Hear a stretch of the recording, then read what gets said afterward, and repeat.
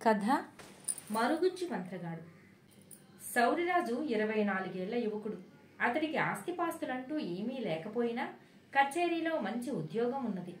ఒకసారి అతడు కచేరీ పని మీద పొరుగు గ్రామం వెళ్లి చీకటి పడే వేళకు ఇంటికి తిరిగి వచ్చాడు. ఆ సమయంలో వీధి అరుగు మీద కూర్చుని ఉన్న పని మనిషి అతడితో వీణావతి కొండ మీద ఉన్న ఆలయానికి రావాల్సిందిగా చెప్పింది అని వార్త అందించింది. వీణావతి తండ్రికి ఒక్కర్తే కూతురు. సౌరిరాజు ఇంటి పక్కనే వాళ్ళ ఇల్లు. సౌరిరాజుతో వీణావతి వివాహానికి ఆమె తండ్రి ఏనాడో తన అంగీకారం తెలిపాడు. చెప్పవలసిన ముఖ్య విషయం ఏమైనా ఉంటే ఇంటి దగ్గరే చెప్పవచ్చు గదా, ఆలయానికి ఎందుకు అని ఆశ్చర్యపోతూ సౌరిరాజు బయలుదేరి వెళ్ళాడు. అతన్ని అల్లంత దూరాన చూస్తూనే వీణావతి ఒక కొండరాతి మీద నుంచి లేచి ఎదురు వచ్చింది. సౌరిరాజు చిన్నగా నవ్వుతూ, ఏమిటంత ముఖ్యమైన విషయం? మీ నాన్న మన పెళ్లి ముహూర్తం నిశ్చయించాడా అని అడిగాడు. వీణావతి పొంగి వచ్చే దుఃఖాన్ని ఆపుకుంటూ, అవును, ఎల్లుండే ముహూర్తం, అయితే పెళ్లి కొడుకు మాత్రం నువ్వు కాదు అన్నది. దీనికి సౌరిరాజు నిర్ఘాంతపోయి అసలేం జరిగింది అని అడిగాడు. వీణావతి జరిగినదంతా అతడికి చెప్పింది. నిన్న అనుకోకుండా ఆమె తండ్రి చిన్ననాటి స్నేహితుడు ఒక ఆయన వాళ్ళ ఇంటికి వచ్చాడు. ఆయన సముద్ర వ్యాపారంలో లక్షలు గడించాడట. వెంట వచ్చిన ఆయన కొడుకు వీణావతి నచ్చింది. దగ్గరలో మంచి ముహూర్తం ఉన్నది కనుక అతడితో వీణావతి వివాహం జరిపిస్తానని తండ్రి తన స్నేహితుడికి మాట ఇచ్చాడు. వాళ్ళు వెళ్లిన తర్వాత ఆమె అభ్యంతరం చెబితే తండ్రి కోపగించుకుని, నువ్వు నోరు మూసుకో, సౌరికి సొంత ఆస్తంటూ చిల్లిగవ్వలేదు. శాశ్వతం అనుకున్న కచేరీ ఉద్యోగాలు హఠాత్తుగా పోగొట్టుకున్న వాళ్ళను నేనెరుగుదును. నా స్నేహితుడికి లక్షల ఆస్తి ఉన్నది. ఈ పెళ్లికి నువ్వు కాదంటే నేను దేశాలు పట్టిపోతాను అన్నాడు. అంతా విన్న సౌరిరాజు ఆవేశం తెచ్చుకుని, అలాగా, నేను వచ్చి మీ నాన్నతో మాట్లాడతాను అన్నాడు. వీణావతి అయిష్టంగానే తలాడిస్తూ, ఆ పని మాత్రం చేయకు, మా నాన్నది వెర్రి కోపం, గొడవ జరిగితే నిజంగానే దేశాలు పట్టిపోగలడు అని ఇంటికేసి బయలుదేరి వెళ్ళిపోయింది. ఈ జరిగిన దానికి సౌరిరాజు చాలా కలవరపడిపోయాడు. ఇక ఆ రాత్రికి ఇంటికి వెళ్ళకూడదు అనుకున్నాడు. కొంతసేపు ఒక రాతి మీద కూర్చుని ఏదో నిశ్చయానికి వచ్చిన వాడిలా లేచి కొండ అవతలి వైపుకు బయలుదేరాడు. కొండ అవతల 4-5 ఆమడల దూరం వరకు ఒక పెద్ద అరణ్యం ఉంది. అందులో ఆటవికులు తిరుగుతుంటారని, వాళ్ళు చాలా క్రూరులని చాలా మందికి నమ్మకం. సౌరిరాజు కొండ దిగి అరణ్యంలో కొంత దూరం నడిచాక ఎవడు వాడు అన్న కేక విని ఆగిపోయాడు. 2 ఆటవికులు ఈటెలు జులిపిస్తూ అతడి ముందుకు వచ్చి, నువ్వెక్కడికి పోతున్నావు? ఇంత రాత్రివేళ అరణ్యంలో నీకేం పని అని అడిగారు. సౌరిరాజు ఒక్క క్షణం భయపడి అంతలోనే ధైర్యం తెచ్చుకొని, ఈ మహారణ్యంలో ఏ పులివాతో పడదామని వచ్చాను, నేను తీరని కష్టాల్లో ఉన్నవాడిని అన్నాడు. ఆ జవాబు విని ఆటవికులిద్దరూ కొంచెం ఎడంగా పోయి కూడబలుక్కుని తిరిగి సౌరిరాజు దగ్గరకు వచ్చి, కష్టాల్లో ఉన్న మనుషులంటే మాకు జాలి. ఇక్కడ పిశాచాల దిబ్బ మీద ఉండే పిశాచాల వల్ల ఆటవికులు నానా కష్టాలు పడుతుండగా ఒక మరుగుజ్జు మంత్రగాడు వచ్చి మమ్మల్ని రక్షించాడు. ఇప్పుడు ఆయన నివాసం పిశాచాల దిబ్బ మీదే. నిన్ను పట్టి పీడిస్తున్న కష్టాలేమిటో ఆయనకు చెప్పుకో అని అతన్ని మరుగుజ్జు మంత్రగాడి దగ్గరకు తీసుకుపోయారు. మంత్రగాడు ఒక చిన్న పాక వెలుపల నెగడు వేసుకొని దాని ముందు కూర్చుని ఉన్నాడు. వాడు సౌరిరాజును చూస్తూనే, 12 ఏళ్ల తర్వాత నన్ను వెతుక్కుంటూ వచ్చిన మనిషివి, ఎవడివిరా నువ్వు అన్నాడు కీచుగొంతుతో.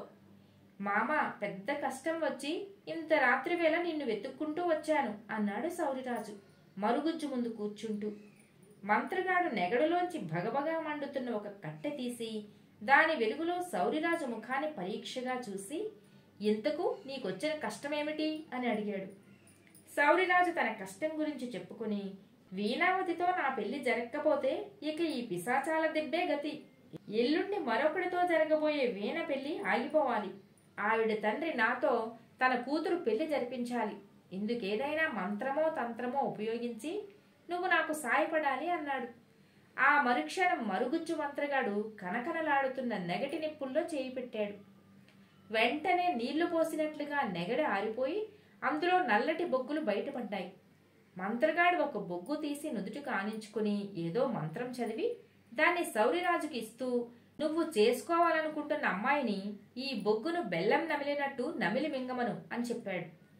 సౌరిరాజు వాడిని ఏదో అడగబోయాడు. కాని మంత్రగాడు లేచి తన పాకకేసి పోతూ, అనవసర ప్రశ్నలు వేసి నన్ను విసిగించకు, ఇక వెళ్ళరా అల్లుడు అన్నాడు. సౌరిరాజు ఆ బొగ్గు తీసుకుని ఇంటికి తిరిగి వచ్చాడు. తరువాత కొంతసేపటికి వీణావతి పడుకునే గది కిటికీ దగ్గరకు పోయి దాని రెక్క మీద చిన్నగా తట్టాడు. వీణావతి వెంటనే వచ్చి కిటికీ రెక్కలు తెరిచింది. అతడు చిన్న గొంతుతో, నన్నేమీ ప్రశ్నించక ఈ బొగ్గు నమిలి మింగు అని బొగ్గును ఆమెకిచ్చాడు. వీణావతి సరే అన్నట్టు తల ఊపగానే సౌరిరాజు తృప్తిగా తన ఇంటికి వెళ్ళిపోయాడు. తెల్లవారాక వీణావతిని నిద్రలేపవచ్చిన అమ్మలక్కలు ఆమెను చూస్తూనే కెవ్వుమన్నారు. ఆమె పచ్చని పసిమిరంగు శరీరఛాయ నల్లని బొగ్గు రంగులోకి మారిపోయింది.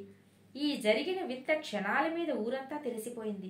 మగపిల్లి వారు ఈ వార్త విని వీణను చూడటానికి వచ్చి, ఇదేం చిత్రం, ఈ పిల్ల మాకొద్దు, ఇదేదో రంగులు మార్చే భూతం లక్షణం అని వెళ్ళిపోయారు.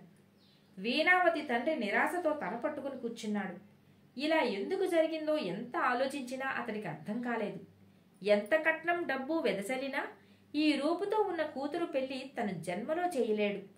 ఆయన కచేరీకి పోతున్న సౌరిరాజును ఆపి, బాబు, నీకు వీణ అంటే ప్రాణంతో సమానమని నాకు తెలుసు. గిట్టని వాళ్ళెవరో దానికి చేతబడి చేశారు. రేపు ముహూర్తానికి అమ్మాయిని పెళ్లాడి నా పరువు నిలబెట్టు అంటూ చేతులు పట్టుకున్నాడు. సౌరిరాజు వెంటనే, మీ ఇష్టం, నాకెలాంటి అభ్యంతరం లేదు అన్నాడు.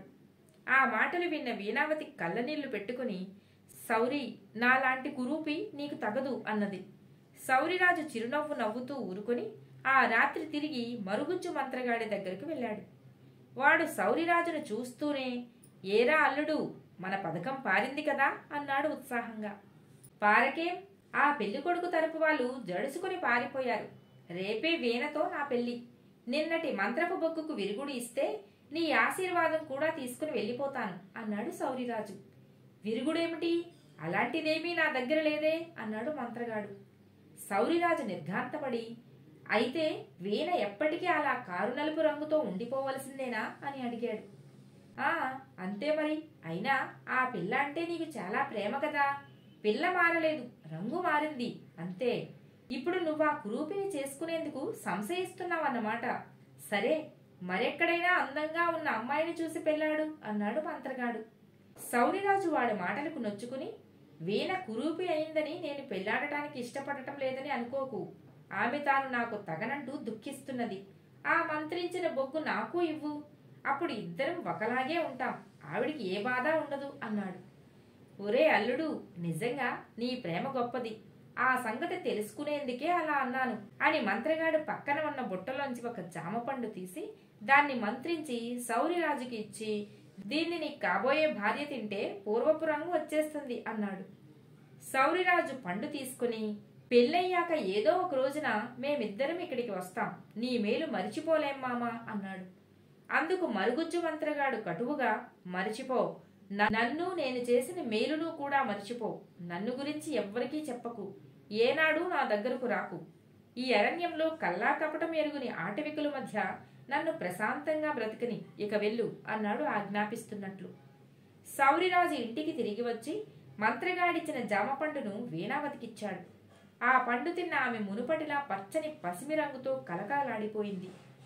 మర్నాడు ఎప్పటి అందంతో పెళ్లిపీటల మీద సౌరిరాజు పక్కన కూర్చున్న వీణావతిని చూసి ఆమె తండ్రితో పాటు అందరూ ఎక్కడ లేని ఆశ్చర్యం పొందారు. కథ సమాప్తం. మిత్రులారా, మరో కథతో మళ్ళీ కలుద్దాం.